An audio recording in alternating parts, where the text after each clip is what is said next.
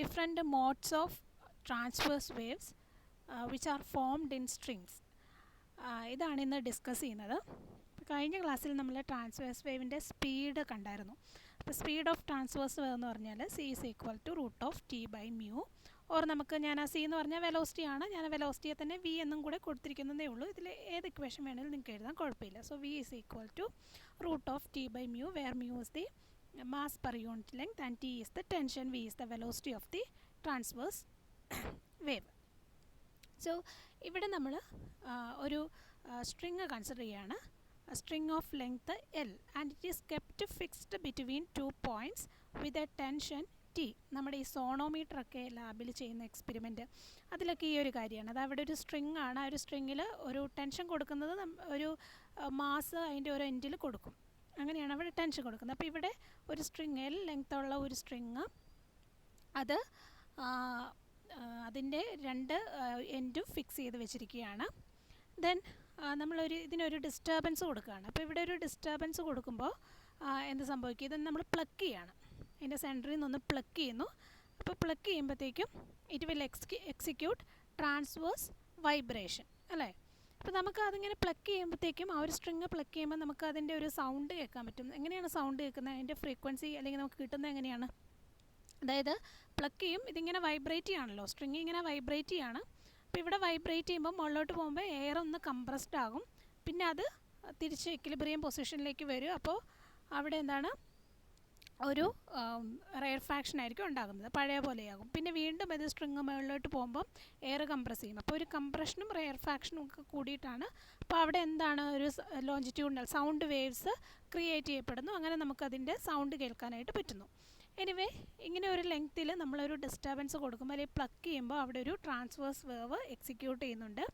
ഇപ്പോൾ ഈ രണ്ട് എൻഡും ഫിക്സ്ഡ് ആയതുകൊണ്ട് തന്നെ അവിടെ സ്റ്റാൻഡിങ് വേവ്സ് ഫോം ചെയ്യാറുണ്ട്. അപ്പോൾ ഞാൻ കഴിഞ്ഞ പ്രാവശ്യം സ്റ്റാൻഡിങ് വേവ്സിനെ പറ്റി ജസ്റ്റ് ഒന്ന് പറഞ്ഞിട്ടുണ്ടായിരുന്നു. അതായത് രണ്ട് കൊഹറൻറ്റ് വേവ്സ് ഇപ്പം ഒരേ ഫ്രീക്വൻസിയുള്ള ഇങ്ങനെ സെയിം ഡയറക്ഷനിലാണെങ്കിൽ അതിൻ്റെ മാക്സിമം നമുക്ക് അതിൻ്റെ ഇൻറ്റൻസിറ്റിയിലായിരിക്കും കിട്ടുന്നത്. അതിൻ്റെ എന്താണ്, ഒരു ഇരട്ടി ആംപ്ലിറ്റ്യൂഡിലുള്ള വേവ്സ് ആയിരിക്കും നമുക്ക് കിട്ടുന്നത്.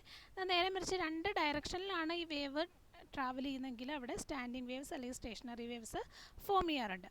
അപ്പോൾ ഇവിടെ ഇങ്ങനെ സ്റ്റാൻഡിങ് വേവ്സ് ഫോം ചെയ്യുന്നു. പിന്നെ സ്റ്റാൻഡിങ് വേവ് ഫോം ചെയ്യുമ്പോഴത്തേക്കും നമുക്കവിടെ നോട്ട്സും ആൻറ്റി നോട്ട്സും കാണാനായിട്ട് പറ്റും. ഇപ്പം ഇങ്ങനെയാണ് നോട്ട്സ് ആൻഡ് ആൻറ്റി നോട്ട്സ്. ഇതാണ് നോഡ് എന്ന് പറയുന്നത്, നോട്ട്സ്.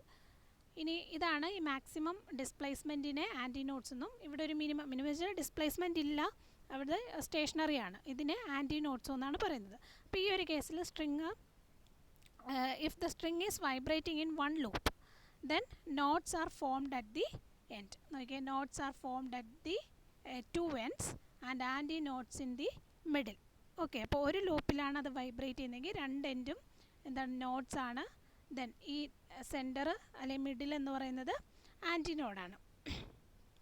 ഇത് ഞാൻ ഇങ്ങനെയുള്ളൊരു സിറ്റുവേഷനിൽ അതിൻ്റെ ലെങ്ത് എന്ന് പറഞ്ഞാൽ വേവ് ലെങ്ത്ത് ഹാഫ് വേവ് ലെങ്ത്തിന് ഈക്വൽ ആയിരിക്കും.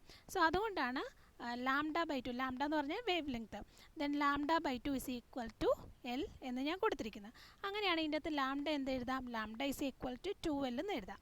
ഇനി നമുക്ക് കണ്ടുപിടിക്കേണ്ടത് ഫ്രീക്വൻസിയാണ്. ഇത് വൈബ്രേറ്റ് ചെയ്യുന്ന ഫ്രീക്വൻസി ഏത് വൈബ്രേഷനിലാണ്, ഏത് ഫ്രീക്വൻസിയിലാണെന്ന് വൈബ്രേറ്റ് ചെയ്യുന്നത്. So nu is equal to V by lambda. So ലാംഡയ്ക്ക് പകരം ഞാൻ ഈ 2L സബ്സ്റ്റിറ്റ്യൂട്ട് ചെയ്യുകയാണ്. അപ്പോൾ എനിക്ക് കിട്ടുന്നത് വി ബൈ 2L.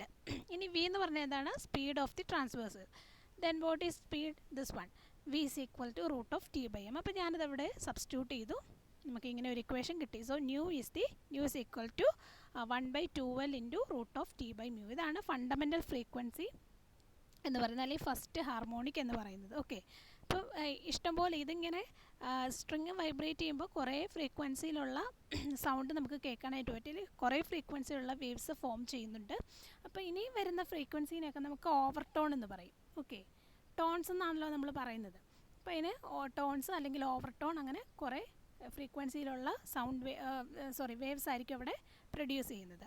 ഇനി അടുത്തത്, ഇനി ഇതേ കേസ് തന്നെ ഇപ്പോൾ രണ്ട് സെഗ്മെൻ്റ് ആയിട്ടാണ് ഇത് വൈബ്രേറ്റ് ചെയ്യുന്നതെന്ന് വിചാരിക്കുക. രണ്ട് സെഗ്മെൻ്റ് ആയിട്ട് വൈബ്രേറ്റ് ചെയ്യുമ്പോൾ നോക്കിയാൽ ഇതൊരു നോഡ്, ഈ സെൻറ്ററിലുള്ളത് എന്താണ്, ആൻറ്റി നോഡ്. ദെൻ ഓരോ സെഗ്മെൻറ്റിൻ്റെയും ലെങ്ത്ത് എന്താണ്, ലെങ്ത്ത് എന്തിന് ഈക്വലാണ്, വേവ് ലെങ്ത്തിൻ്റെ ഹാഫിന് ഈക്വലാണ്. സോ ഇത് λ/2, ഇത് λ/2. ഓക്കെ, അങ്ങനെ അപ്പോൾ ഈ ടോട്ടൽ ലെങ്ത് എന്ന് പറഞ്ഞാൽ എന്താണ്? ടോട്ടൽ ലെങ്ത് L ആണ്. ഇത് λ/2, ഇത് λ/2. അപ്പോൾ 2 λ/2 is equal to L എന്ന് എഴുതാം. So lambda is equal to 2L/2 എന്ന് എഴുതാം. ഇനി ഫ്രീക്വൻസി എന്താ? V/λ. അപ്പോൾ ഇവിടെ ലാംഡയ്ക്ക് ഇവിടുന്ന് സബ്സ്റ്റിറ്റ്യൂട്ട് ചെയ്യുക. So 2V/12 which is equal to 2 nu. കാരണം ന്യൂ എന്ന് പറഞ്ഞാൽ എന്താണ്? ഈ ഫണ്ടമെൻ്റൽ ഫ്രീക്വൻസി ഇതെന്താണ്? ന്യൂ എന്ന് പറഞ്ഞാൽ ഇവിടെ കൊടുത്തിട്ടുണ്ട് V/12. അപ്പോൾ ഇവിടെ ഈ V/12 ഉണ്ട്, അത് ന്യൂ ആണ്. സോ 2 ന്യൂ എന്ന് എഴുതാം. ഇതിനെ നമ്മൾ സെക്കൻഡ് ഹാർമോണിക് അല്ലെങ്കിൽ ഫസ്റ്റ് ഓവർടോൺ എന്ന് പറയുന്നു.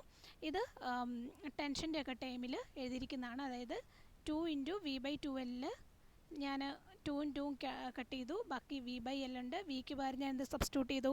√2/μ സബ്സ്റ്റിറ്റ്യൂട്ട് ചെയ്തു. അപ്പോൾ നമുക്ക് കിട്ടുന്ന 1/L × √T/μ. ഇതുപോലെ തന്നെ തേർഡ് മോഡ് നോക്കുക. അപ്പോൾ തേർഡ് മോഡ് വരുമ്പോഴത്തേക്ക് ഇവിടെ നോക്കിയേ 3 λ/2 is equal to L വരും. ഇതിൻ്റെ അകത്ത് ലാംഡ കണ്ടുപിടിക്കുന്നു 2/3 × L. ദെൻ ന്യൂവിൻ്റെ ഇക്വേഷൻ എഴുതുന്നു V/λ. ദെൻ ലാംഡയ്ക്ക് ഇത് സബ്സ്റ്റിറ്റ്യൂട്ട് ചെയ്യുന്നു. സബ്സ്റ്റിറ്റ്യൂട്ട് ചെയ്ത് കഴിഞ്ഞിട്ട് വിക്കും സബ്സ്റ്റിറ്റ്യൂഷൻ കൊടുക്കുന്നു √T/m. അപ്പോൾ നമുക്ക് കിട്ടുന്നത് 3/2L × √T/μ. ഇതാണ് third harmonic or second overtone എന്ന് പറയുന്നത്.